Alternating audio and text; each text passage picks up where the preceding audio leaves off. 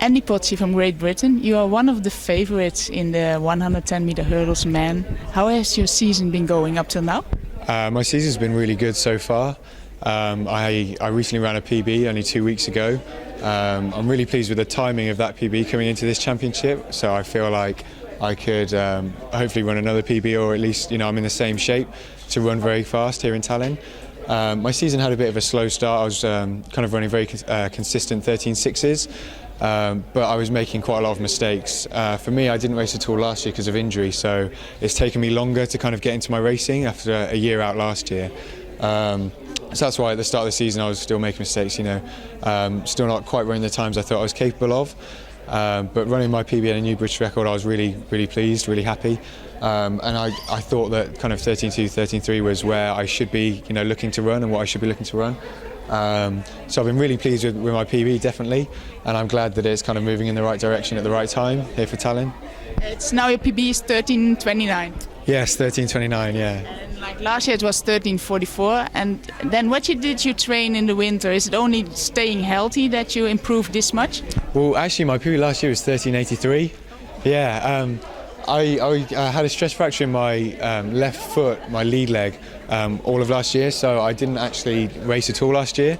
I ran 3 indoor races where I ran a British indoor record, and I was really pleased with how that went, so I was very demoralised to not go to World Junior Championships, and where I felt I potentially could have medalled or kind of done, well, I had a successful trip really.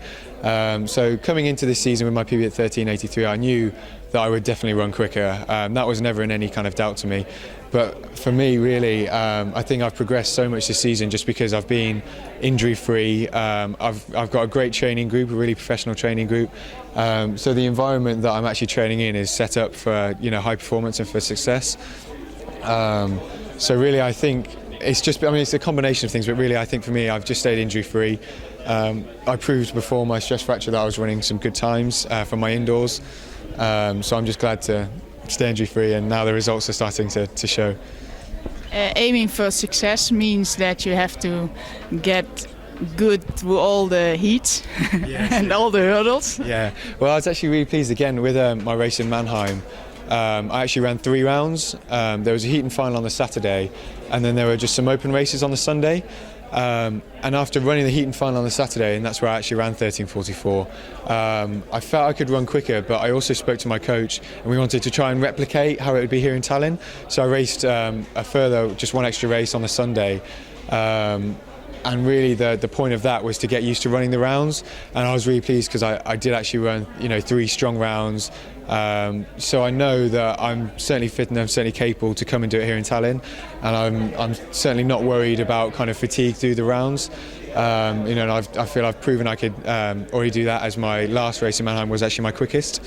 Obviously, there's always some stresses and strains, particularly with hurdles, because it is not so much an uncertain event, but it's a lot easier to make kind of mistakes that could cost you.